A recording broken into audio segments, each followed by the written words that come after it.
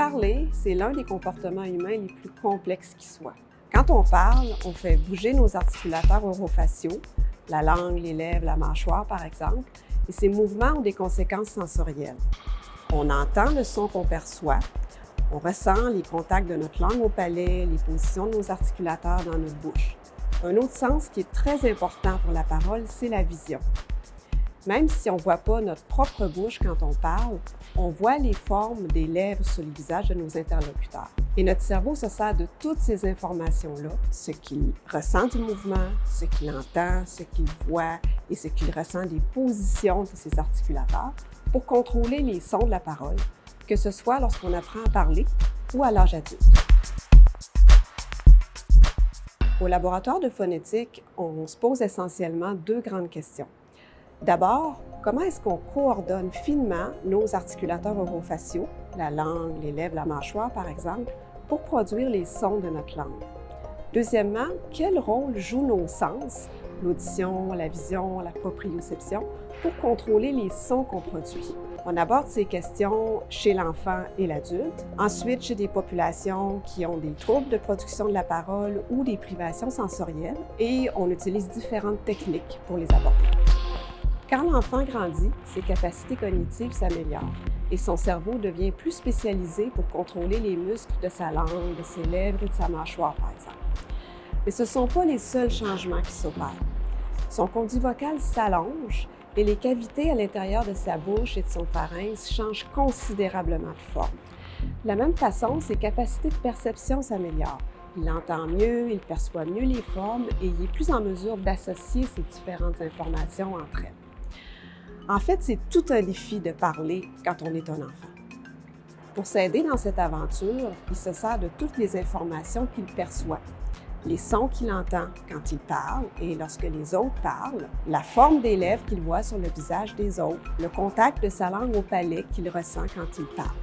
Au laboratoire, on étudie les liens entre tous ces facteurs pour caractériser la production et la perception de la parole à différents stades de croissance. Pour la majorité des enfants, apprendre à parler, ça se fait tout naturellement, sans enseignement explicite.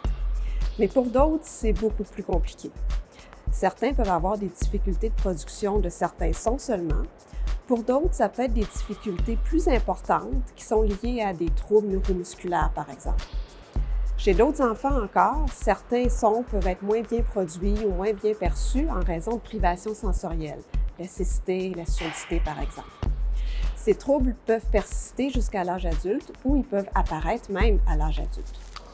Ce qui est fascinant, c'est la très grande flexibilité dont font preuve ces personnes. Si un muscle ne fonctionne pas bien, souvent, la personne va trouver une combinaison d'autres muscles pour bien fonctionner. Au laboratoire de phonétique, on cherche à comprendre comment les enfants et les adultes parviennent à produire les sons de leur langue dans différentes conditions cliniques. On travaille en étroite collaboration avec des orthophonistes du Centre de réadaptation Marie-Enfant du CHU Sainte-Justine afin de caractériser la parole d'enfants qui ont des troubles de la communication. On collabore aussi avec des écoles pour étudier la parole d'enfants malentendants ou d'enfants aveugles. Chez les adultes, on s'intéresse à la parole des personnes aveugles ou des sourds oralistes afin de mieux comprendre l'impact d'une privation sensorielle comme la cécité et la surdité sur la production des sons. Au laboratoire, on utilise plusieurs techniques pour analyser la parole. Par exemple, on fait de l'analyse acoustique fine sur l'onde sonore pour montrer des différences très subtiles qui, souvent, ne sont même pas entendues. Nos mesures peuvent aussi être liées aux mouvements articulatoires. Par exemple, on enregistre les mouvements de la langue à l'aide d'une technique d'imagerie comme l'échographie.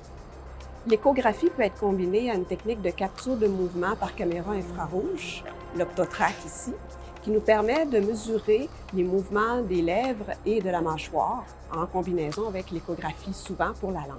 Chez les adultes, on utilise beaucoup l'articulographie électromagnétique qui nous permet d'enregistrer simultanément les déplacements des lèvres, de la langue et de la mâchoire. On utilise aussi la réalité virtuelle immersive, que ce soit pour créer des situations de communication écologique en laboratoire ou pour assister l'orthophoniste dans son travail. Les résultats qu'on obtient nous permettent de mieux caractériser la production et la perception de la parole au cours de la vie. Compte tenu de l'importance de la communication orale dans le développement de la personne et dans sa participation sociale, en connaître un peu plus sur la parole, c'est se donner les moyens de mieux décrire les troubles de la parole, de mieux les déceler et d'améliorer la qualité de vie des personnes. Nos recherches nous permettent aussi d'outiller les orthophonistes en contribuant au développement d'outils technologiques variés qui sont vraiment adaptés aux situations de communication qui posent des défis pour les enfants, par exemple.